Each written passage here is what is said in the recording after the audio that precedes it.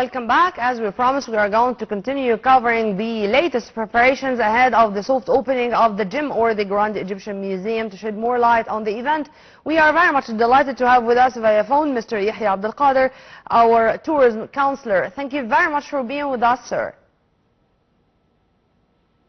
Hello? Mr. Yehia, can you hear me? Anyways, we are going to try to have him once again. In less than 48 hours, we are going to celebrate. It's not only us, by the way. The whole world is going to witness the inauguration or the soft opening of the Grand Egyptian Museum, which is going to be one of the Egyptian gifts to the whole world, containing hundreds of thousands of pieces, hundreds of thousands of artifacts. And it's going to be one of the most important sources of attraction for tourists who are going to come from all over the world to enjoy their time here. King Ramses is the first to welcome visitors in the Grand Egyptian Museum. King Ramses welcomes the public inside the gym, as his statue is located in the museum lobby, made of pink granite, as it was moved there in 2006 from Ramses Square to the Giza area, and then moved in January 2018 to its new location in the lobby of the gym or the Grand Egyptian Museum, to be at the forefront of those welcoming visitors to the great edifice. It seems that we have now Mr. Yehia Abdul Qader with us. Hello, sir. A very good morning. Hello, good morning. How are you? Sir, we were speaking about the latest preparations ahead of the soft opening of the Grand Egyptian Museum. And let me start with the role of media, what we can do to promote this event and to make sure that the whole world know the importance of the Grand Egyptian Museum as a leap or as a new addition, a new valuable addition to museums all over the world, not only in Egypt or even the Middle East. Well, really, the Grand Egyptian Museum is an icon of the 21st century. It has been, long, awaiting in the pipeline. At least, over 20 years, it was the processing, and development of such, marvelous project. It's located at the Giza Acropolis, as you know, over a tract of land, 120 acres. And at the entrance, we have the obelisk, grand obelisk of Ramses II that weighs 110 tons, and then that proceeds to the great entrance, which is 8,000 square meters. We'll find the granite, great statue of Ramses II, and with other relics, of the great pharaohs. Then we proceed to the grand hypostyle, where we'll find, monuments, relics, antiquities that belongs to rulers of Egypt, ranging from old to medium to a new kingdom. We'll find, statues of Seti, first Ramses II, Merimta, Nosrat, Amnemhat, Hatshepsut, all the great pharaohs that's going to be represented over there, of course, and the, the great, attraction, the whole collection is the King Tut. King Tut. Whole collection under one roof for the first time. Yeah, great.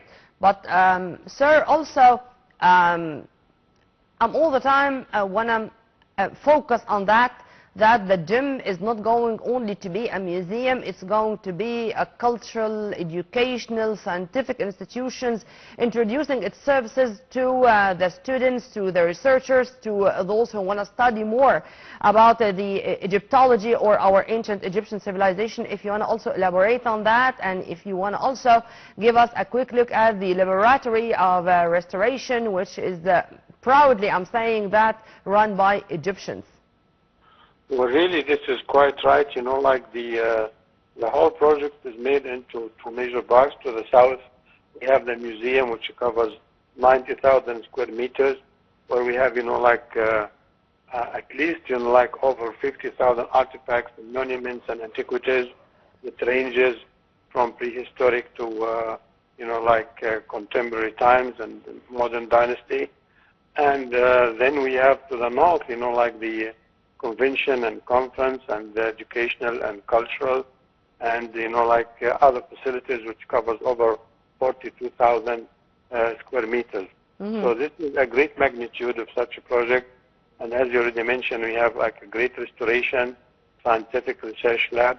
We have at least, like professionals from like 15 countries that, like work at these labs, and we receive, like artifacts and objects from other museums worldwide to rehabilitate and restore. As far as I understand, Mr. Abdul Qader, that the Grand Egyptian Museum is going to change the museum's map all over the world. Not only to be added to the Hermitage or the Louvre, but maybe it's going to exceed them, whether regarding the number of visitors because of the magic of the great ancient Egyptian civilization, or the diversity of rooms, of halls, the way to display monuments, you name it. How do you see this, or if this is true? Well, this is quite true, because museums, like the Hermitage, like and Louvre Metropolitan, some of these, like has been established like 150 years old. So it was like the old school, where it was like a great rooms for display and attraction, and some restoration labs.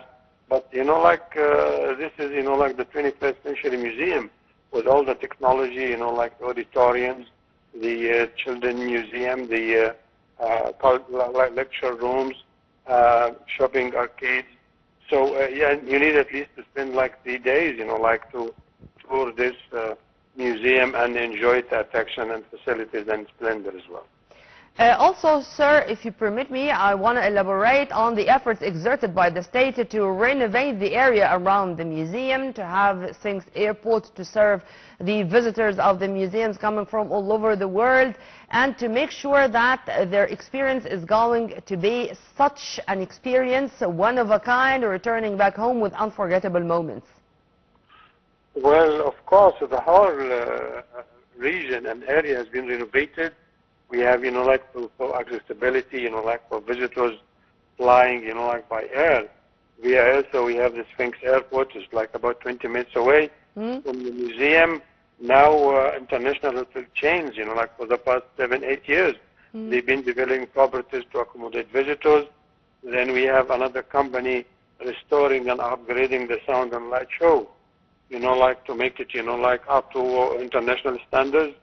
So the whole area has been renovated, updated, like made up again to accommodate for the 21st century visitors and international tourists, like flying like 12 and 15 and 17 hours away to enjoy, like the fruits of this great cultural and historic moment. Also, Mr. Abdul Qader, I think it's very important to speak about our new generations, the students, the school students. How do you see the importance of having trips for students to know more about our ancient Egyptian civilization, to make them feel that proud of being Egyptians, with all the greatness they are going to witness themselves when they are there? Because I think there are also audio and video halls for telling the stories of our kings and queens, and to let particularly the new generations know more about their heritage. Well, the education system in Egypt, like the Ministry of Education, Higher Education, like probably like about 70, 80 years ago, they used to conduct, like tours for children, like in kindergarten and, like the upper levels, to museums in Cairo, to attractions, like to the Giza necropolis. And there was an annual, like trip to Luxor and Aswan by train, So that was a classic tours. And remember, like the movies, like of Farida Fahmy and Mahmoud Rida, Ali Rida, like the mid-year vacation. So that was part of the Egyptian tradition, to make students at all grades of education up to the university level to visit Luxor and Aswan and the Sinai and the Oasis, and have a good knowledge about heritage, history, and futuristic plans, inshallah. Inshallah. Mr. Yehia Abdul Qader, our tourism expert and counselor, thank you very much for your input, sir, and have a very good day. And by this, we come to the end of our breakfast show for today. Tomorrow is another episode and another crew. Stay tuned on Nile TV International always for more updates. Many thanks for watching. This was Nermeen Abdurrahman.